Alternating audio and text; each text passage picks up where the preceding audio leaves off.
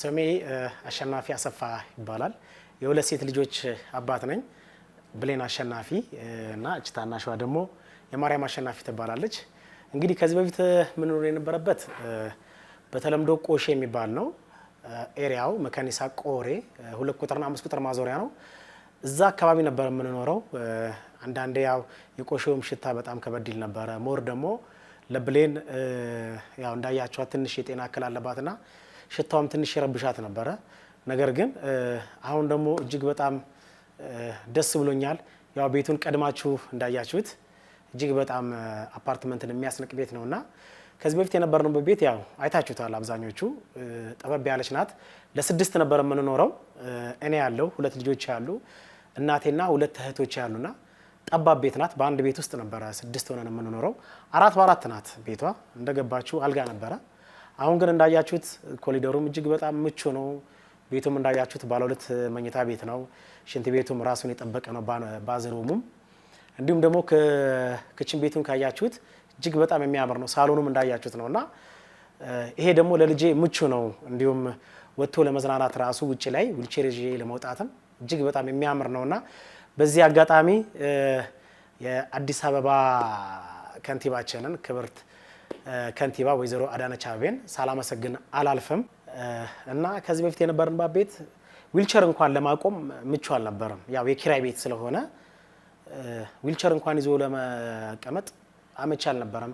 ፊዚዮቴራፒ ለማሰራትም አመች አልነበረም። አሁን ግን ሰፊ ነው። ስቲል ሳሎን ላይ ራሱ ዊልቸር ላይ አስቀምጬ ቴሌቪዥኑ ለማየት ይዤም ለመውጣት በጣም ምቹ የሆነ ቦታ ነው አሁን ያለንበት። የበፊቱ የሚገርመው ፀሐይ እንኳን ለማሞቅ ያው ኮብልስቶን ስለነበረ ዊልቸርም ይዞ ለመሄድ አመች አልነበረም። ያው ገጭ ነገር አለው።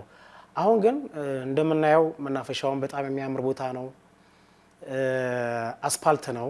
በዊልቸርም ይዤ ለመውጣት ለማንቀሳቀስም ከታጋም ለመዝናናት እንደ ልብ ወጣም ለመጫወትም ምንም ለማለት በጣም አመቺ ነውና እጅግ በጣም ደስ የሚል ውብ የሆነ አፓርትመንት ነው ማለት ነው። እንዳያችሁት የልጄም ጤንነት እንግዲህ ከዚህ በፊት ክብርት ከንቲባ ወይዘሮ አዳነች አቤቤም ባለሀብቶችን አሰባስበው እንግዲህ ቤት ድረስ መጥተው ጎብኝተውኛል።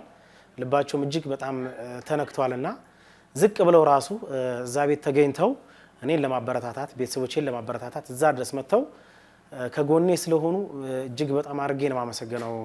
ምክንያቱም የልጄን ሙሉ የሕክምና ወጪም ሸፍነውልኛል። ይሄ ራሱ አንድ ትልቅ ለኔ ሰፖርት ነው።